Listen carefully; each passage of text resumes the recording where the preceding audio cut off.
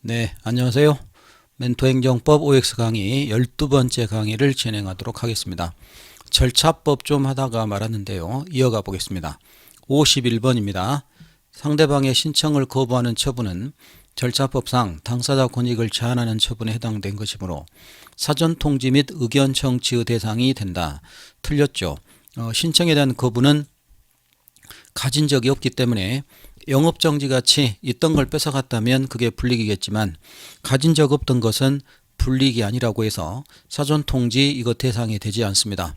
틀렸죠. 그래서 신청에 대한 거부 사전통지 안 된다. 이걸 또 응용하기도 합니다만 이 말만 잘 캐치하시면 됩니다. 틀렸고요. 52번 건축법상 공자 중지명령에 대한 사전통지하고 의견 제출기를 준다면 많은 액수 보상금을 기대하여 공사 강행할 우려가 있다는 사정은 사전통지 및 의견 제출 예외의 사유에 해당하지 않는다. 맞습니다. 예외 아닙니다. 이런 우려가 있다 해도 사전통지 등 절차를 거쳐줘야 된다는 것이 판례 입장이죠. 성남에서 있었던 이야기입니다. 근데 사전통지 예외 아니기 때문에 절차 거쳐줘야 됩니다. 맞고요. 53번 납세고지서가 납세무자에게 송달됐다 하더라도 납세고지 작성 관련 하자는 과세처분 본질 요소 이룬 것임으로써 무효 사유가 된다. 아니죠. 납세고지서 작성 관련 하자, 이유부기 등 이런 하자는 절차하자가 된다면 취소가 됩니다. 무효가 되지 않죠. 그래서 납세 관련 작성 관련 하자 주로 본질 요소 아니고 취소 사유가 되게 됩니다. 틀렸죠. 54번 건초가 신청은 허가 신청에 대하여 건축 프로가 처분하는 경우 미리 처분의 제목과 처분하려는 원인 되는 사실과 처분의 내용 및 법적 근거를 당사자에게 통지해야 된다. 그래서 이 내용이 결국은 신청에 대해서 불허하는 거니까 거부입니다. 거부. 그래서 신청에 대한 불허가가 곧 거부 처분이기 때문에 당사자 미리 통지하는 거 사전 통지 안 되겠죠. 그래서 틀린 말이 됩니다. 신청에 대한 불허가 거부 처분이죠. 그때는 사전 통지할 필요 없습니다. 틀린 말이죠. 캐치를 빨리 하셔야 돼요.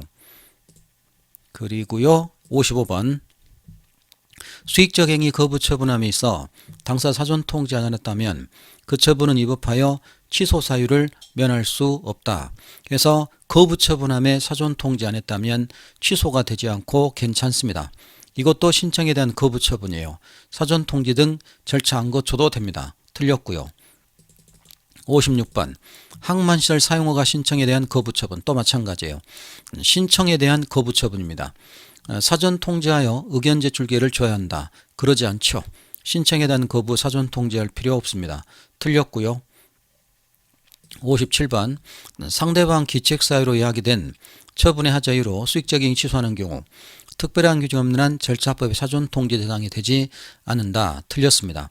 일반적으로 신청에 대한 거부가 아니라 일반적으로 하자 이유로 수익적 행위 취소할 때 불이익이죠. 그때 사전 통지해야 됩니다. 근데 상대방 기책 사유로 이야기됐기 때문에 기책사유이기 때문에 이런 거 안 거쳐도 되는 거 아닌지 아니에요.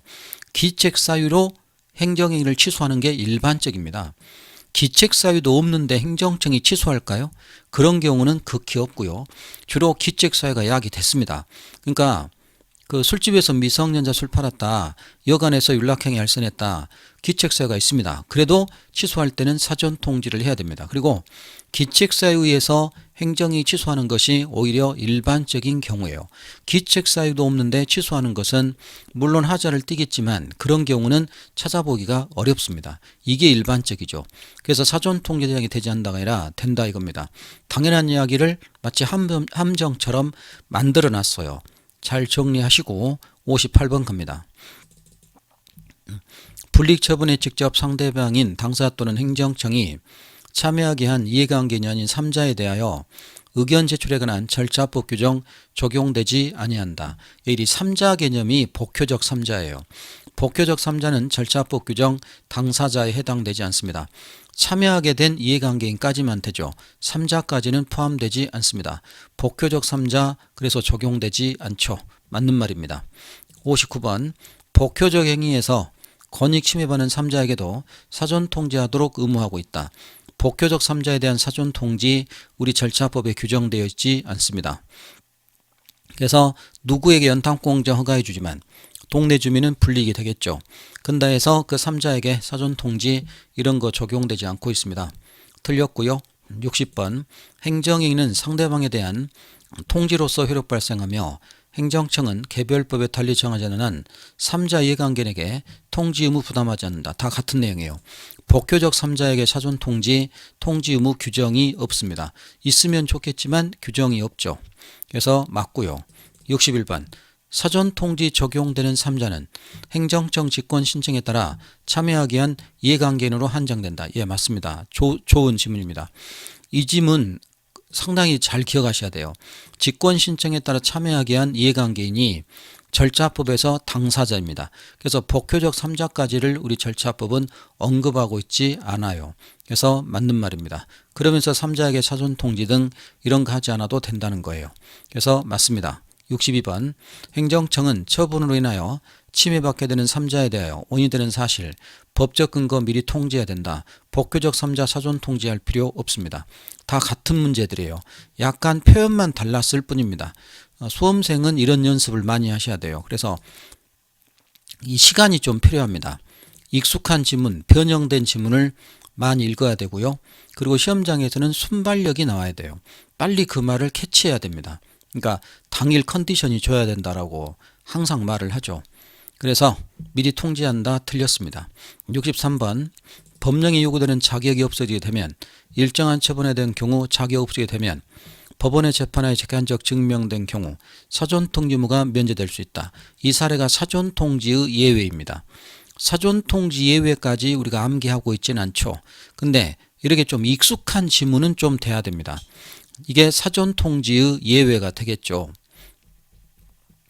여기 저희들 그 앞에서 봤습니다. 이 세 가지 사전통지의 예외가 되죠.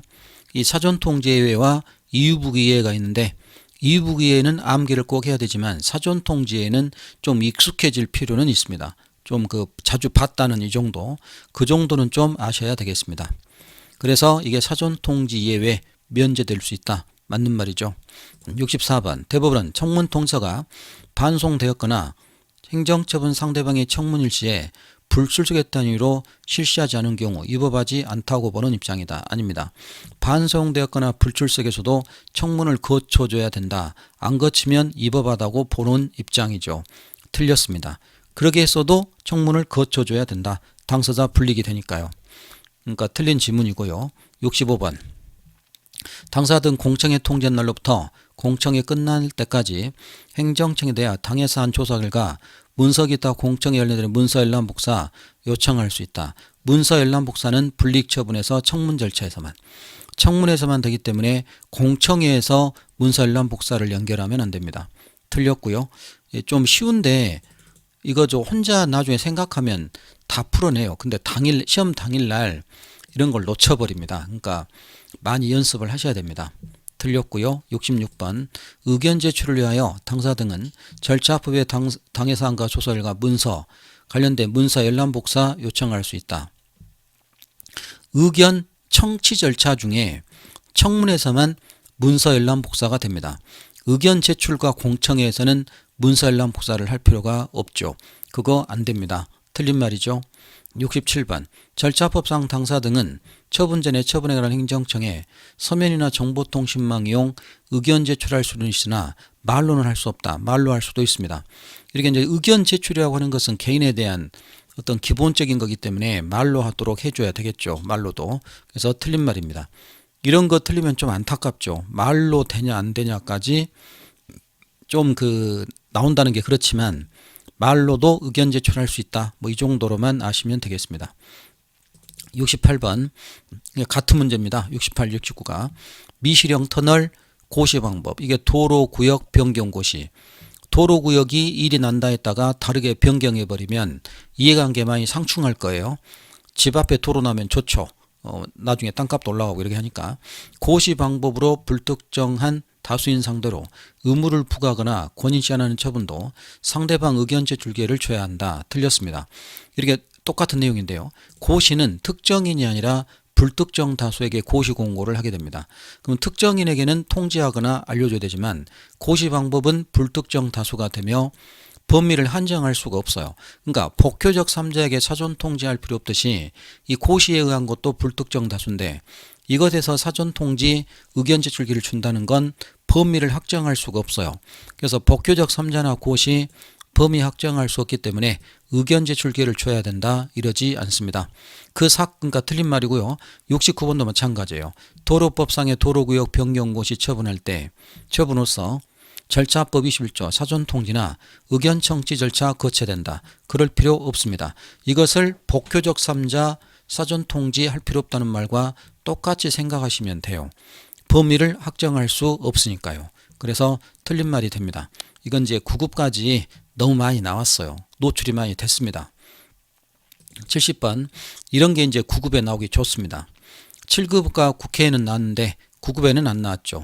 근데 혼동스럽습니다. 판례는 민원사무 처리하는 행정기관이 민원 1회 방문 처리제 시행하는 절차 일환으로 민원사항 심의 조정 등을 위한 민원조정위원회 개최하면서 민원인에게 회의 일정 등 사전에 통지하지 않았다면 취소 사유하자가 존재하는 입장이다. 아주 문장은 매끄러워요. 그리고 사전 통지 등 회의 일정 통지 않았기 때문에 절차하자가 돼서 취소 사유가 존재한다. 맞는 것 같지만 이게 틀립니다. 민원은 일반적인 처분 절차와 달라요.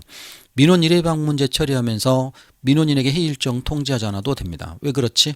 민원위원회 같은 경우는 민원 제기 시부터 하고 싶은 말을 다 할 수 있습니다. 우리가 불이익 처분을 일방적으로 받고 이러니까 사전 통지하지만 민원 제기는 민원 제기할 때부터 내가 서류나 갖가지 이런 걸 의견 진술 다 할 수 있는 기회가 처음부터 주어져 버립니다. 그렇기 때문에 조정이 개최하면서 회의 일정 통지하지 않았다 해서 그게 취소 사유 하자가 존재하지 않고 괜찮습니다. 정당하다고 볼 수가 있어요. 그래서 틀린 지문인데 막 보면 공부 안 하고 들어갔다면 무조건 맞는 걸로 풀 겁니다. 근데 틀리다는 말이죠. 하자 존재하지 않습니다. 9급 수험생에게는 정말 좋은 지문이죠. 이런 건 9급에서는 바로 내요. 7급에서 국회에서 나왔지만 혼동되기 딱 좋거나 여러분 다른 과목도 이런 거 있죠. 문장 보면은 맞는 것 같은데 분석을 해보면 틀린 지문. 그런 거 출제자들은 너무 그런 걸 좋아하잖아요. 영어든 뭐 한국사든. 그래서 하자가 존재하지 않습니다. 틀렸고요. 71번 행정청은 직권 또는 당사자 및 이해관계인에게 그 신청에 따라 여러 개 사안 병합하거나 분리하여 청문할 수 있다. 여기 분리 청문할 수 있는데 직권 또는 당사자가 되는 거지 이해관계인의 신청은 아닙니다. 참 이게 좀 힘든 내용이 돼버리죠. 이렇게 나오면. 그래서 이해관계인이 나오면 안 돼요. 병합, 분리, 청문할 수 있다. 이해관계인 나오면 안 되고 직권 당사자 신청에 따릅니다. 이제 이렇게 기본서를 보시면 청문회 병합과 분리가 있는데 직권 신청에 의해서 병합, 분리하여 청문할 수 있다. 이게 이제 나왔잖아요. 제가 여기다 이해관계인 X라고 해 써놨습니다. 또 이거 하야 한다냐 할 수 있다냐 또 X를 미리 써놨어. 이렇게 다 해놨습니다. 그러니까 기본서에 이런 걸 좀 잘 보셔야 돼요. 그러니까 이렇게 기본서 보시면 하야 한다냐 할 수 있다냐 이런 걸 막 해놨는데 X 이렇게 미리 써놨는데 이게 무의미하게 써놓은 게 하나도 없습니다. 전부 다 기억을 하셔야 돼요. 그러니까 막판에 몰아서 이런 걸 좀 잘 정리하셔야 됩니다. 기본서의 형광펜으로 잘 체크를 하세요. 그리고 기본서에 없는 걸 또 새로운 판례가 나타나거나 그러면 또 이제 그 다른 코스, 문풀이나 이런 데서 또 해주게 됩니다. 그러니까 이제 행정법만큼은 막판 강의를 좀 듣는 게 좋아요. 막판에 모르는 게 나오고 저희들도 모르는 게 나와요. 최신 판례는 저희도 모르죠. 그러니까 이제 그런 거 해야 되니까 또 바뀐 법 그런 거 나오기 때문에 이게 좀 행정법의 한계입니다. 일단 이해관계인 때문에 이 지문 틀린 겁니다. 그래서 이렇게 정리하세요. 청문회 병합 분리는 이해관계인이 나오면 안 된다. 이런 식으로 X로 몰고 가면 되겠습니다. 틀렸고요. 72번 강업법에 근거하여 행정청이 광업용 토지 수용을 위한 사업 인정을 하면서 소유자와 토지에 관한 권한 가진 자 의견 들은 경우 처분청은 의견에 기속된다. 자, 이렇게 청문을 하거나 의견 제출기를 줬는데 그 의견 기회를 주면 되는 거지 그 의견에 기속되는 건 아닙니다. 의견을 들으면 되는 거지 그에 기속되는 건 아니죠. 그래서 틀린 말이 되겠습니다. 의견 제출 등 그 기회 제공하면 되는 거지 그걸 따라야 된다면 행정청은 아무것도 못할 거예요. 그래서 틀린 말이죠. 73번 인허가 등의 취소, 책임분 자격 박탈, 법인조합 설립허가 취소 시 의견 제출 기한 내 신청이 있는 경우 공청에 개최한다. 아닙니다. 이렇게 신청에 의해서 청문이 이루어지죠. 아직 공청에 이루어지지 않습니다. 공청회는 2020년 하반기부터 개정된 행정절차법에서 이게 가능하죠. 근데 지금은 신청에 한 청문이 이루어집니다. 공청회는 이 경우가 아니에요. 그리고 공청회 신청회에서 아직 이루어지지 않고 있습니다. 틀린 말이죠. 74번. 처분청의 소속 직원은 청문 주재자가 될 수 없다. 될 수 있습니다. 소속 직원도 청문 주재자 되기 때문에 공정성에서 많은 의심이 간다. 그래서 비판을 받고 있는 제도입니다만 소속 직원도 될 수가 있죠. 75번. 청문 주재자는 대통령 조령하는 자격 가진 사람 중에서 선정하되 행정청 소속 직원 주재자 될 수 없다. 같은 내용이죠. 소속 직원 대통령 제한 자격 가진 자 중에서 선정하게 됩니다. 틀렸고요. 76번. 자격의 박탈 내용을 하는 처분의 상대방 처분의 근거 법률에 청문하도록 규정되어 있지 않더라도 절차법에 따라 청문을 신청할 수 있다. 네, 이 질문 맞는 말이죠. 이 참 까다롭게 지문이 써졌습니다. 이 내용을 좀 분석을 해볼까요? 이 청문하는 경우 이 봐보세요. 이 세 가지 경우에 이런 세 가지 경우 신청이 있으면 청문을 합니다. 그렇죠? 그러면 A, B, C 세 가지의 경우에는 청문을 하는데 이게 병렬적이죠. 다른 법령에 청문하도록 하고 있는 경우 행정적 필요가 있으면 됩니다. 그러면 법에서 하라고 할 때와 행정적 필요와 그리고 신청이 있을 때입니다. 그럼 신청이 있을 때의 청문은 이 법령에 하도록 하고 있는 경우 법의 규정 없어도 할 수가 있어요. 이게 오합니다. 오화. 이 셋 중에 하나만 청문하면 되니까 신청에 한 청문은 이런 사유가 있을 때 신청이 있으면 되는 거지 이 법령에서 하라고 할 때 이런 요건은 아닙니다. 이 요건 갖추면 되는 거지 이 요건과 이 요건을 다 갖춰야 되는 건 아니죠. 그래서 A, B, C번이 AND가 아닙니다. 오화가 되니까 이거 갖추든지 이런 경우이든지 이런 경우이든지 그럼 신청이 있으면 되는 거지 법의 규정이 없어도 이 청문은 가능하죠. 그래서 보세요. 자격 박탈 내용을 하는 방금 자격 박탈하잖아요. 그러면 신청에 한 청문이 있으면 됩니다. 이때 이것까지 요건인 건 아닌 거예요. 그래서 근거 법률에 청문하도록 규정되지 않더라도 청문 신청할 수 있다. 그렇죠. 규정이 없다 해도 청문 신청할 수 있습니다. 그 내용이 각각 병렬적이니까요. 이거 해석을 하시겠죠. 해석을 해야 됩니다. 7급 문제일 거예요 아마 이게. 그래서 18년 국가시 7급인데 이런 거 잘 연습을 하시기 바랍니다. 이 절차법이든 특히 절차법은 조문 말장난 조심해야 됩니다. 조문 말장난 조심해야 되는데 미리 대비를 하면 거의 모든 게 쉽게 풀리는데 대비 안 하면 시험장에서 당황스러워요. 행정조사 기본법도 조문 조심해야 됩니다.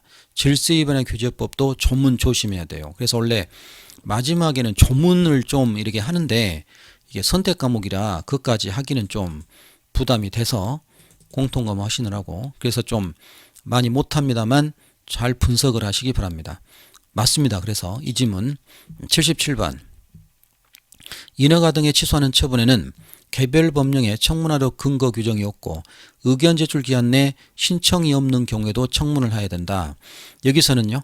인허가 등을 취소할 때 규정이 없어도 됩니다. 신청이 있으면 되니까요. 근데 신청이 없는 경우에도 이때 틀렸죠. 규정이 없어도 의견 제출 기한 내 신청이 있으면 청문을 해줘야 됩니다. 그래서 신청이 없는 경우에도 신청이 있어야 되죠. 틀린 말입니다. 그리고 78번 행정청이 법인조합 설립허가 취소할 때 청문을 해야 된다. 해야 될 것 같지만 이때는 신청이 있어야 돼요. 그래서 법인 설립허가 취소할 때 신청이 있는 경우에 하게 됩니다. 그러니까 신청이 있을 때만 하는 거죠. 이것은 신청 없으면 안 하는 겁니다. 그래서 이제 뭐 유리하니까 해줘도 상관없겠지만 신청이 있어서 있을 때 해주게 되죠. 그래서 틀린 말이 되고요. 신청이 있어야 된다는 말입니다. 이런 말장난 조심하세요. 79번 처분의 상대방이 통지된 청문일치 불출석했다는 이유만으로 강제법령 요구되는 청문 절차 없이 한 침해적 처분 침해적 처분할 수 없다. 맞죠? 반송되었거나 불출석했어도 청문 이해가 아닙니다. 거쳐줘야 됩니다. 맞고요.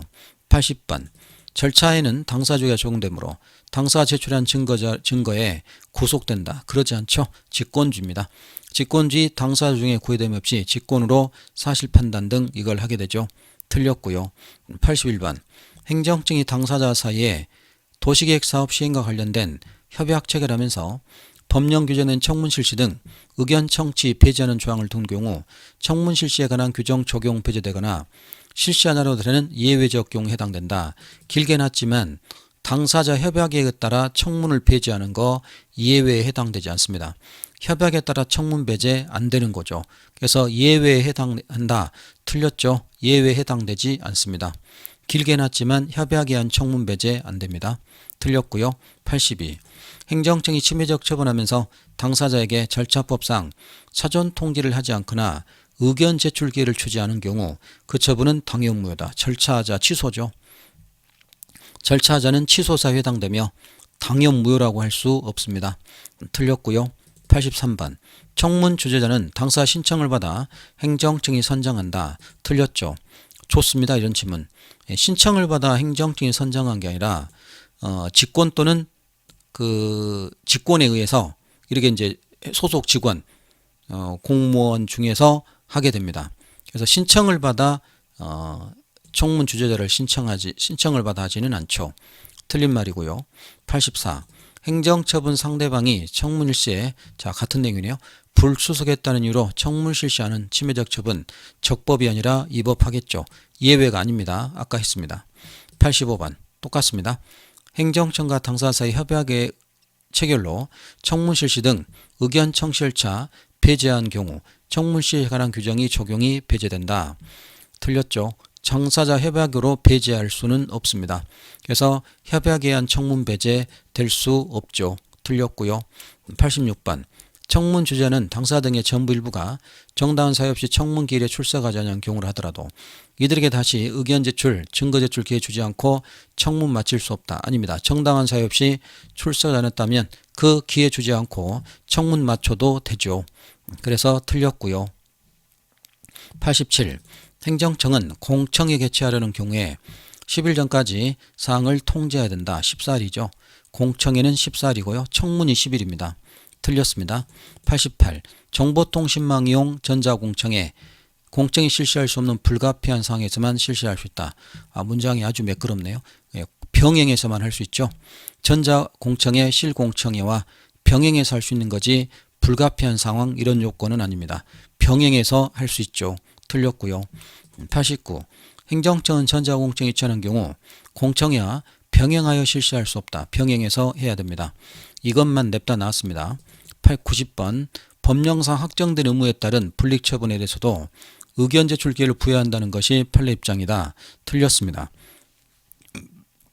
그것이 곧 91번이에요. 그래서 91번에서 퇴직연금 환수 결정이 됩니다. 퇴직연금을 받아오다가 다른 직업이 생겨서 그 퇴직연금을 환수하게 되죠.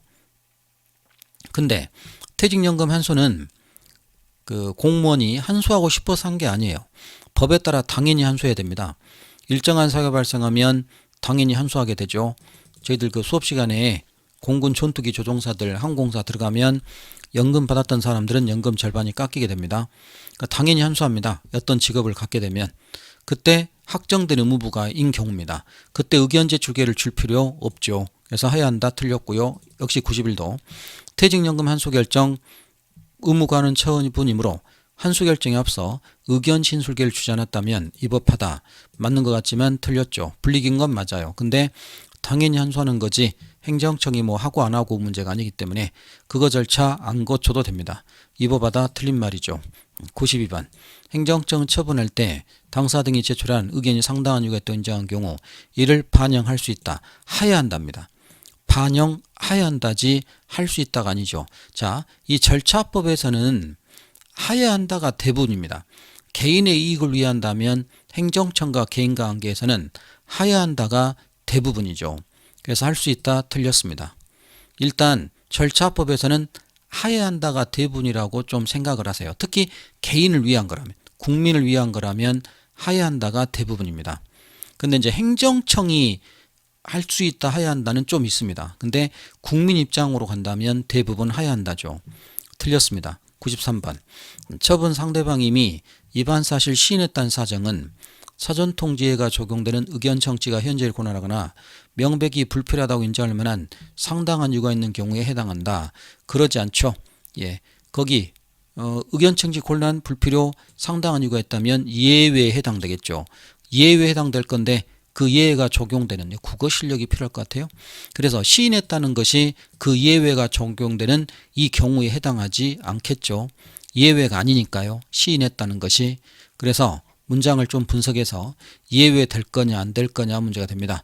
예외가 적용되는 경우에 해당하지 않죠. 틀렸습니다. 94번. 상위 법령 등의 단순한 집행을 위해 총리령을 제정하려는 경우 입법 예고를 하지 않을 수 있다. 그렇습니다. 입법 예고가 있는데요. 입법 예고 예외예요. 입법 예고 예외는 정말 한 10년 넘게 안 나오고 있었습니다. 근데 이걸 19년 국가직에 냈어요. 그래서 입법 예고 단순 집행을 위할 때는 입법 예고를 하지 않을 수 있습니다. 그러니까 이런 것은 암기는 아니라 해도 이게 입법 예고 예외일 때 맞느냐 틀리냐를 고르는 건데 이런 것은 다른 지문을 봐야 돼요. 근데 절차법에서 다른 지문과 비교하면 답을 의외로 쉽게 골라집니다. 이 조문 말장난은 꼬다 보면 상당히 의심을 많이 가게 지문을 출제를 해요. 그래서 이게 생소했지만 답 고르는 건 어렵지 않았을 겁니다. 대부분이 이렇죠. 그러니까 수험생은 끝까지 물고 늘어지는 게 중요합니다. 모르는 지문 나와도 더 확실한 지문이 나오거나 이런 거 오랜만에 났다 해도 다른 지문을 통해서 이걸 답으로 골라 가져갈 수 있어요. 그래서 아니할 수 있다. 입법예고 예외 맞고요. 95번. 입법예고기간은 예고할 때 정하되 특별한 사정 없으면 자치법규 입법예고기간은 15일 이상으로 한다. 자치법규는 20일, 일반 법령은 40일이죠. 틀렸고요. 96번. 법령 등에서 행정청 일정한 사항을 통지함으로써 의무 끝나는 신고 규정이 있는 경우 통지함으로써 끝나는 신고는 자체한성적 신고입니다. 그게 절차법 40조에 써져 있죠. 각호 요건 갖춘 경우 신고서가 발송된 때 신고 의무가 이행된 걸로 본다가 아니라 도달된 때겠죠.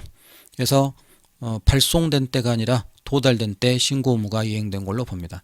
발송이냐 도달이냐는 좀 쉽죠. 길게 했지만 틀렸고요. 97번. 행정청은 계획의 취지, 주요 내용 간보 공보 인터넷 신문방송 통하여 널리 공고해야 되고 소관 상임위 제출해야 돼. 공고기한 특별한 사정 없는 한 40일 이상으로 한다. 이게 요 말입니다. 행정계획을 우리 행정절차법을 저배는 규정하고 있지 않죠. 절차법은 행정계획을 규정하고 있지 않아요. 그리고 이 내용은 입법예고 내용입니다. 입법예고 공고기간 40일이죠. 그러니까 입법예고 내용에다가 행정계획을 써놨어요. 말이 안 맞죠. 행정계획은 우리 절차법에 규정 없습니다. 이런 게 9급입니다. 엄청나게 응용하진 않아요. 근데 의심을 좀 빨리 캐치를 하셔야 됩니다. 틀렸죠. 행정계획 없고요. 입법예고 내용입니다. 98번. 절차에 소요되는 비용은 당사자가 부담하지만 정보공개에 관한 비용은 행정청이 부담한다. 거꾸로죠. 절차가 행정청이 부담하고 정보공개가 당사자가 부담하게 되죠. 그래서 틀린 말이 되게 됩니다. 99. 행정행위 하자 있더라도 실체적 행위 하자 없다면 절차적 하자만의 독립된 취소 사유는 될 수 없다는 것이 판례 입장이다. 아니죠. 처분이 정당하다 해도 절차 하자만 가지고도 그 자체가 위법 사유가 되게 됩니다. 그래서 틀린 말이죠. 그게 이제 응용되는 말들이 나올 거예요. 100번. 기소행위 경우 절차하자만 독립된 취소 사유 될 수 있으나 재량행위 경우 절차상 하자만으로 독립된 취소 사유가 된다. 아닙니다. 기소까지랑 구분 없이 절차하자 모두 독립된 위법 사유가 되고 있죠. 기소까지랑 묻지 않습니다. 틀렸습니다. 101번. 학교보건법에 따른 학교행위생 정하구역 내 금지행위 및 해지 여부 행정처분하면서 정하인의 심의 누락한 것은 당연 무효다가 아니라 취소사유. 절차하자 주로 취소사유가 되겠죠. 무효사유 아니게 됩니다. 틀렸고요. 102번. 행정처분 절차상 중대한 하자 있다 하더라도 실체적 하자가 없다면 취소 판결을 할 수 없다. 아니죠. 실체 하자가 없어도 절차 하자만 되면 절차 하자 위법사 있다면 그 자체로 위법하게 돼버립니다. 그래서 취소 판결을 할 수 있죠. 절차 하자만 가지고도요. 그래서 취소 판결을 할 수 있습니다. 틀렸고요. 103번 행정청이 식품위생법상 청문 절차 행함에 있어 청문서 도달한 타소겠지만 이하자는 채 출석하여 의견 진술하고 변명하는 등 방어기에 충분히 가진 경우 그 하자는 치유된 것으로 본다. 맞죠? 절차하자 치유된 케이스입니다. 맞고요. 104번 결론을 조심하십시오. 소청 사건 심사할 때 소청인 등에게 진술기에 부여하지 않고 한 결정은 무효로 한다. 이게 맞아요. 절차하자가 주로 취소인데 왜 이건 무효입니까? 우리 공무원법, 지방공무원법, 국가공무원법에 소청심사, 공무원 징계 소청심사 시 진술기에 안 주면 무효로 본다는 규정이 존재합니다. 그래서 이렇게 개별법의 절차하자를 무효로 보는 사례가 있어요. 그래서 이런 걸 아셔야 됩니다. 소청사건, 공무원법의 소청심사 절차 안 거치면 무효로 보는 조항이 있다. 그래서 무효 맞아요. 이렇지 않고는 주로 취소가 됩니다. 105번 행정처분이 절차자리로 취소된 경우 적법한 절차 갖추더라도 이전 처분과 동일한 등의 처분 다시 하는 거 기속력 위반대에 허용되지 않는다. 아닙니다. 절차자를 보완해버리면 종전 처분과 동일한 처분 내려도 절차자 보완했으면 그건 새로운 처분이 된 거기 때문에 기속력 위반되지 않죠. 그래서 틀린 거고요. 106번도 마찬가지예요. 절차하자 이런 무효인 처분이 있은 후 관계법령에 정한 절차를 갖추어 다시 동일한 처분했다면 당해 처분은 종전 처분, 무효인 처분 관계없이 새로운 처분으로 봐야 되기 때문에 기속력 위반되지 않고요. 이게 여러분 반복금지요. 기속력을 좀 아셔야 됩니다. 그래서 그 반복금지요. 우리 저희들 그 기속력 얘기했죠. 그 기속력 해서 동일한 처분 반복할 수 없다. 그 반복금지요 있었습니다. 근데 기속력에 따라 반복금지가 있지만 절차자를 보완해서 절차자에 있었고 판례 떨어졌고 위법 떨어졌고 보완하여 동일한 처분했다면 반복할 수 없지만 절차자 보완해버리면 새로운 처분이기 때문에 새로운 처분으로 봐서 이 다음에 뭐죠? 기속력이 위반되지 않는다. 반복금지효 기속력에 위반되지 않는다 라는 말입니다. 그래서 맞는 말이 되겠죠. 그래서 맞습니다. 네, 그러게 하시면 절차법이 끝나고요. 정보공개로 가겠습니다.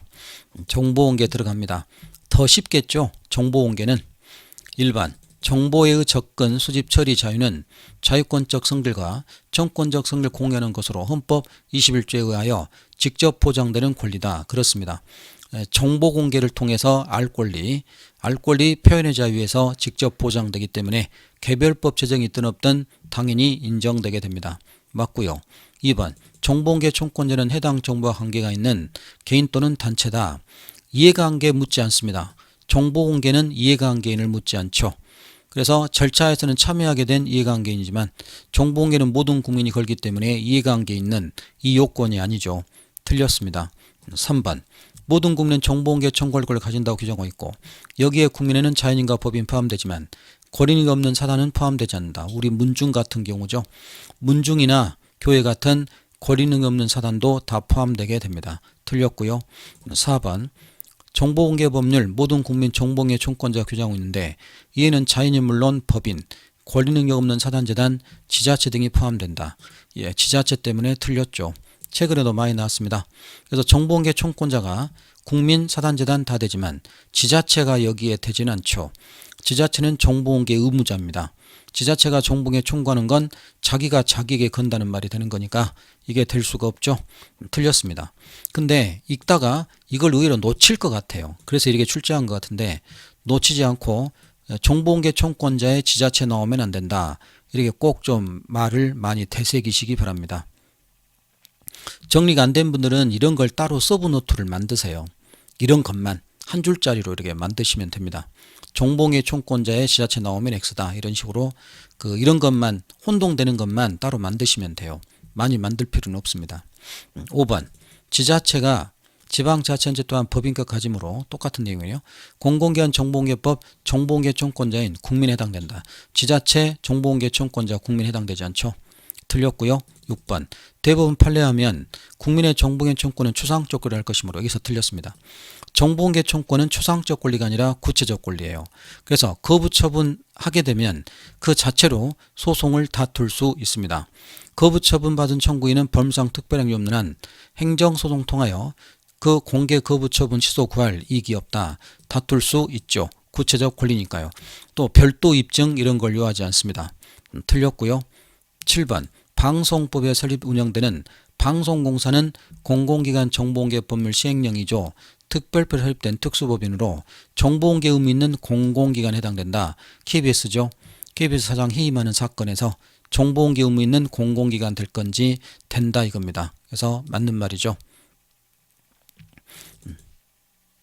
8번 가겠습니다. 국공립초등학교는 정보공개 공공기관 되지만 사립초등학교 해당되지 않는다. 사립초등학교도 당연히 됩니다. 이제 사립대학교에서 판례가 있었었죠. 그래서 사립대, 사립초 다 인정됩니다. 학교라 하면 다 되겠죠. 그 어린이들 뭐 이런 거 다 되겠죠. 9번 사립대학교는 공공기관에 해당되지만 정보공개법 국비지원 받는 범위 내에서만 공공기관의 성격 가진다. 개명돼. 그래서 국비지원 받든 안 받든 사립되기만 하면 다 정보공개 의무 있는 공공기관에 해당됩니다. 틀렸습니다. 10번 판례는 특별법에 설립된 특수범위라는 전만으로 정보공개 의무 인정하고 있으며 다시금 해당 법인의 역할과 기능에서 정보공개 의무 지능 등 공공기관에 해당되는지 여부 판단하지 않는다. 당연히 이런 걸 역할 기능을 다 판단하게 됩니다. 역할 기능 등을 판단해야 되는 거지 그런 건 판단하지 않는다. 이 문제가 지문이 참 어색하죠. 인정하고 있는데 법인 역할 기능 등 그런 건 판단해야 된다. 우리가 뭐 역할 기능 다 고려하는 게 일반적이지 않을까요? 그래서 문장 자체가 벌써 많이 의심이 되는 지문입니다. 이런 건 좀 쉽게 걸러낼 수 있겠죠. 11번 갑니다. 공공기관 정보공개법 시행령이죠. 정보공개 의무기관으로 사립대학교 들고 있는 거 2인 범위 벗어나 위법하다. 아니죠. 사립대학교 괜찮다라고 했습니다. 12번 사립대학교에 대하여 교육 관련 기관 정보공개 특례법이 적용되는 경우에도 공공기관 정보공개법 적용할 수 없는 것은 아니다. 그렇습니다. 이렇게 교육기관은 교육 관련 정보공개 특례법이 따로 적용되고 있습니다만 정보공개법에 따라 정보공개 상대방이 될 수 있는지 될 수 있다는 거죠. 그래서 적용할 수 없는 건 아닙니다. 적용할 수 있다는 겁니다. 그래서 맞는 말이죠. 잘 공부해 놓으셔야 됩니다. 13번 이해관계 없는 시민단체는 정보공개 청구할 수 있는 당사 능력이 없으므로 정보공개 거부 처분 취소 구할 이익이 없다. 아니죠. 시민단체 행정감시 목적을 위한 그러한 정보공개도 인정되고 있습니다. 이익이 없다. 틀린 말이죠. 14번 이해관계인 당사자에게 문서 열람권 인정하는 절차법상의 정보공개와 달리 공공기관 정보공개 법률은 모든 국민에게 정보공개 청구 허용한다. 맞아요. 절차법에서는 당사자가 뭐였죠? 직권 신청에 참여하게 된 이해관계인입니다. 그래서 절차법에서 문서 열람 같은 것도 정보공개 내용이 되지만 그때는 이해관계인에게 한정하고 있습니다. 근데 정보공개에서 정보공개는 모든 국민에게 이게 다 인정되고 있죠. 자, 이런 질문은 상당히 좋은 질문이에요. 서울시에서 나왔지만 절차법의 이해관계의 의미와 정보공개에서 모든 국민이 정보공개 청구된다는 거, 또 절차법에서도 정보공개 내용이 있어요. 문서열람 같은 절차법에서도 정보공개의 내용이 존재합니다. 근데 이걸 비교하고 있는데 맞는 질문이죠. 15번 비공개 대상 정보 공개 여부 결정 공공기관 재량에 속한다. 이것도 아주 중요합니다. 그럼 8가지의 비공개 정보가 있는데 그것은 무조건 행정청은 비공개한다가 아니라 그 8가지 비공개 정보는 비공개할 수 있답니다. 그러니까 행정청이 비공개 정보를 공개 정보로 해도 괜찮습니다. 그래서 그 비공개 결정 해당되는 거 여부는 재량으로 써졌단 말이죠. 기속으로 써지지 않았습니다. 그래서 행정청이 비공개 정보를 공개 정보로 해도 괜찮습니다. 맞는 말이죠. 그래서 저희들이 참 강조 많이 했는데 16번 정보공개 관한 다른 법에 특별한 규정이 있는 경우 해당한다고 하여 정보공개법의 적용 폐지하기 위해서는 특별한 규정이 법률이어야 되고 내용이 대상 및 범위 절차 정보공개 달리 규정하고 있어야 된다. 맞아요. 그 특별한 규정에 의해서 비공개로 될 수 있고 폐지될 수 있는데 그때의 특별한 규정은 법률이어야 됩니다. 그리고 달리 규정하고 있어야 됩니다. 맞는 말이죠. 17번 다른 법률 위임한 대통령 불령에 따라 비밀이나 비공개로 된 정보는 비공개 대상이 된다. 자, 이 지문은 막상 보면 맞는 말 같아요. 그러지 않나요? 위임한 대통령령 불령 비공개로 된 경우에 해당되는데 조문을 봐보세요. 다른 법률의 위임한 명령에서 국회 측 대분규칙 중앙선거칙 대통령령 및 조례 하나입니다. 조례 하나고 비밀로 된 정보 비공개가 되죠. 우리 8개 비공개 정보잖아요. 조문에 이렇게 대통령령 및 조례 하나이기 때문에 여기서 불령 나오면 안 됩니다. 자, 이런 거 조심해야 되는데요. 다른 법위만 대통령 및 불령에 따라 비공개로 된 규정된 정보 비공개된다. 위임한 대통령 및 조례 하나입니다. 불령 빠집니다. 여기. 그래서 조례 하나죠. 그리고 또 여기서도 이 표현에서 거기 비공개로 된 총리령 불령 전부를 의미한다기보다는 구체적 위임안에 제정된 법규명령을 의미하기 때문에 법규명령만 되지 이런 건 행정규칙이었잖아요. 내부준칙 행정규칙이기 때문에 다른 법에 의한 명령이 아니라고 그랬죠. 그리고 이렇게 연결됩니다. 다 기본서 이런 게 있습니다. 그래서 불령 빠져야 됩니다. 틀렸고요. 이런 건 놓치기 좋은데 잘 좀 해놓으시기 바랍니다. 18번 정보공개법 9조 1항 1호에 다른 법에 의한 명령에 정보공개가 관하여 포괄적 위임안에 제정된 법규명령 포함된다. 예, 구체적 위임안에 제정된 법규명령이지 포괄적인 건 안 되게 됩니다. 틀렸고요. 19번 정보공개법 9조 1항 1호에서 다른 법률 위임한 명령에 따라 비밀이나 비공개 사안으로 규정된 정보를 비공개 대상 정보 규정하고 있는데 여기서 위임한 명령이란 법규명령 물론 행정규칙도 포함된다. 행정규칙 빠지는 거죠. 행정규칙 거기에 해당되지 않습니다. 법규명령에 한한다고 했습니다. 그러면서 20번 국가정보원이 직원에 지급하는 현금급여, 월초수당에 대한 정보 비공개에 해당되지 아니한다. 비공개 해당되죠. 국정원 뜨면 다 비공개죠. 국정원 뜨면 비공개입니다. 21번 법무령인 검찰보존사무규칙 불기소 사건 열람 등사 제한하고 있는 거 공공기관 정보공개법에 따른 다른 법에 의하여 비공개로 된 경우에 해당되어 적법하다. 그러지 않는다고 그랬죠. 그래서 검찰보존사무규칙 방금 이 사건입니다. 그것은 불령으로 돼 있지만 행정규칙에 불과하기 때문에 그 다른 법령의 의미 거기에 해당되지 않는다. 그래서 경우에 해당되어 틀렸죠. 그래서 해당되지 않습니다. 22번 보안관찰법 소정에 보안관찰 통계자료 보안관찰은 시국사범 전과자들 감시받는 거라고 그랬습니다. 거기서 공개정보다가 아니라 비공개 정보겠죠. 그래서 국가안전보장 이런 비공개 정보에 해당됩니다. 틀렸고요. 23번 재건축 사업계약에 의하여 조합원들에게 제공될 무상보상평수 산출내역은 법인 등의 영업상 비밀에 관한 사항이 아니며 비공개 정보에 해당되지 않는다. 그래서 공개정보 맞습니다. 이게 무상보상평수 이게 그 아파트 분양원가 산출과 관련되면서 시민단체가 이런 재소송을 많이 제기했죠. 그래서 국민에게 유리한 그 무상보상평수 재건축하면서 그 비공개 정보 해당되지 않아서 공개정보로 봤습니다. 맞는 말이죠. 24번 독립유공자 소은 공적심사위원회 심의결 과정 내용 기재한 회의록이 나왔죠. 회의록은 대부분 비공개입니다. 등록에 관한 신청 당사자 신청당할 권리 보장 공전 업무 수행을 위해 공개돼야 된다. 비공개입니다. 독립유공자 소은 공적심사위 회의록이 어떤 의미가 있다라고 제가 말씀드렸냐면 독립운동을 했지만 북한으로 가버린 그분들에게 독립유공자 소은 혜택을 줄 거냐 그걸 심사하는 회의록이 있습니다. 그건 정말 민감하죠. 우리나라에서 뭐 이념 대립 이런 것 때문에 시대는 많이 바뀌었지만 그런 이념은 아직도 남아있기 때문에 그런 거 회의록 같은 거 공개하면 또 여러 가지 갈등을 유발하니까 비공개 정보로 평가했었죠. 그래서 공개돼야 된다. 틀렸습니다. 북한이 연루되면 대부분 비공개죠. 틀렸고요. 25번 지자체 업무 추진 비 세부 항목별 집행 내용 및 증빙 서류 포함된 개인에 관한 정보는 공개하는 것이 공익을 위하여 필요하다고 인정되는 정보 공개하는 것이 공익을 위하여 필요하고 인정된 정보면 비공개겠죠. 근데 업무 추진 비 세무항목별 집행 내용은 이것은 비공개에 해당됩니다. 거기에 해당되어 공개 정보에 해당된다. 비공개 정보로 봤었죠. 그래서 이렇게 한다면 비공개 정보에 해당돼야 됩니다. 국어적으로도 이상하고요. 틀렸습니다. 같네요. 26번은 지자체 업무 추진비 세부 항목별 집행 내역 그에 따른 증빙서류 포함된 걔네 관한 정보는 비공개 정보에 해당된다고 했습니다. 맞고요. 같은 문제입니다. 27번 최근 판례입니다. 기출되지 않았었죠. 금융감독원이 외국 금융당국으로부터 취득하게 된 정보가 공공기관 정보개혁법 9조이랑 비공개 정보에 해당되지 않는다. 맞아요. 그래서 외국 금융기관 취득하게 된 정보가 뭐 비밀이다 뭐 이런 말들이 명확하지 않는 한 비공개 해당되지 않고 공개 걸 수 있다는 겁니다. 알아놓으시기 바랍니다. 맞고요.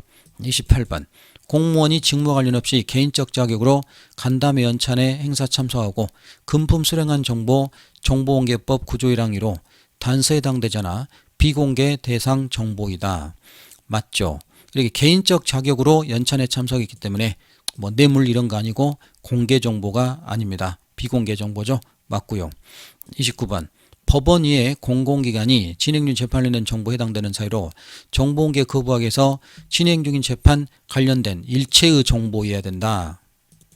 이 질문 틀린 거죠. 일체의 정보여야 된다. 이러지 않습니다. 이 표현이 있습니다. 이런 거 잘 해놓으세요. 그래서 진행 재판 관련 정보공개 거부하기 위해서는 소송기록 자체에 포함된 내용의 정보일 필요 없으며 재판을 일체의 정보가 그 해당되는 거 아니고 진행 중인 재판 심리 결과에 영향 미칠 위험 있는 정보에 한정된다고 봄이 상당하다라고 해서 이 표현이 많이 나왔습니다.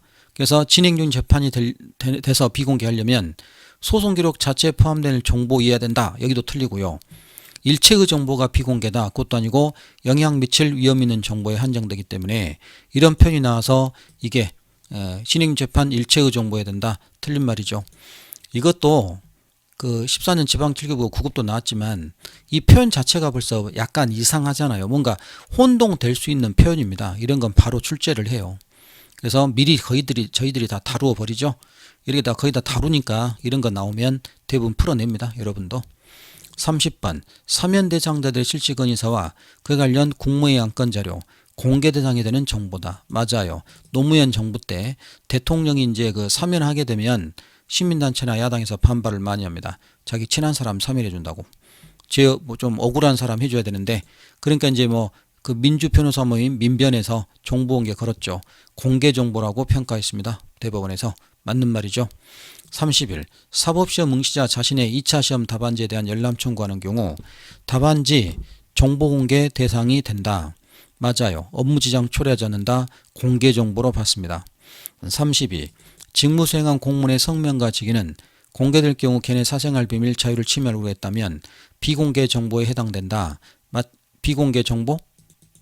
네, 이런 게 좀 조심해야 되죠. 성명과 직위가 있는데 조문을 파야 돼요. 6번째가 이 비공개 정보잖아요. 비공개 정보인데 다음의 경우는 제외하니까 여기에 해당되는 건 공개입니다. 그쵸? 이건 비공개 정보 8개 중에 6번째인데요. 거기서 예외가 되면 공개가 되는데 여기입니다. 기출 많이 됐네요. 직무 수행한 공무원의 성명과 직위는 예외의 예외이기 때문에 이건 공개 정보죠. 그래서 거기 성명과 직위 비공개 정보에 해당된다가 아니라 공개 정보에 해당되게 됩니다. 조문 좀 잘 찾아보시면 돼요. 33.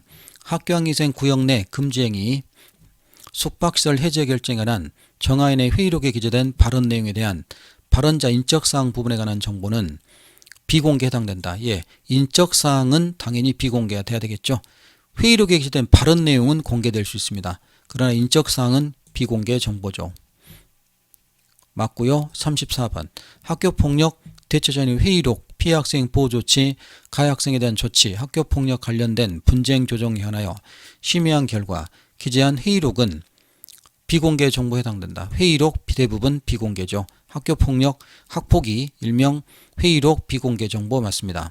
35번 2002학년도부터 2005학까지 대학 수능능력 시험 원데이터 연구 목적 이런 거 뭐라 했죠? 비공개가 아니라 공개죠. 연구 목적이면 연구 목적으로 그 정보 공개 청구하는 경우라도 공개로 인해 초래될 부작용 공개로 될 이익보다 더 클 것이므로 그 공개로 대학 수학력 시험 업무 공정한 수행이 객관적으로 현저하게 지장받을 것이라는 개연성이 있어 비공개 정보에 해당된다가 아니라 공개 정보죠. 틀렸고요. 36번 불기소 처분 중 검찰이 불기소해서 봐주는 겁니다. 피의자 신문조서 기재된 인적사항 외의 진술 내용 역시 걔네 사생활 비밀 우리가 인정된다면 비공개 정보에 해당된다. 이거 비공개 정보 맞죠? 불기소했지만 다시 기소될 수도 있거든요. 그래서 그 인적사항의 진술 내용이 공개되면 다시 또 이해관계 있는 또 누가 자기를 또 고소하고 이러기 때문에 비공개 정보 맞습니다. 37번 교도관이 직무 중 발생한 사유에 관하여 근무보고서 비공개 정보에 해당된다. 아닙니다. 이 부분 공개돼서 근무보고서는 부분 공개에서 공개 정보로 인정했죠. 거기 징벌 절차 진행 부분과 함께 부분 공개가 인정된 사례입니다. 틀렸고요. 38번 공무원이 직무관련 없이 개인적 자격으로 흠품 수령한 정보 공개된 보다 아니죠. 비공개 정보입니다. 그래서 공개 정보가 아닌 비공개 정보에 해당되죠. 틀렸습니다. 앞에서도 했네요. 39번 비공개 정보인 법인 등 경영 영업상 비밀은 사업활동의 일체의 비밀사항을 의미한다. 맞죠? 네, 이 내용은 이 판례입니다. 이 판례인데요. 많이 안 나왔던 겁니다. 공공기관 정보공개법 법인 등 영업상 비밀은 타인 알려지지 아니한 유리한 사업에 관한 일체의 정보 또는 사업활동에 관한 일체의 비밀사항을 의미하는 것이고 이거에 지금 나온 겁니다. 그래서 일체의 비밀사항을 의미하죠. 사업의 활동의 일체의 비밀사항을 의미한다. 또 아까 그 앞에 했던 것처럼 공무원 인사 일체에 관한 것이 아니라 하면서 막 그것과 혼동됩니다. 근데 영업상 비밀에 관해서는 그 일체의 정보를 의미한다. 이렇게 좀 기억하시면 되겠습니다. 그래서 이게 지금 18 서울시에 나왔네요. 책에 표시 안 했네. 예, 좀 정리하시고 맞는 말이죠. 그래서 판례 그대로입니다. 자, 그러게 해서요. 못 들어가겠네. 여기 40번부터는 미뤄야 될 것 같습니다. 시간이 됐죠. 그래서 정보공개를 좀 중단됐고요. 다음에 개인정보까지 끝내고 의무화포 수단까지 계속 열심히 나가보도록 하겠습니다. 이번 강의에서 마치고 복습 많이 하시기 바랍니다. 수고하셨습니다.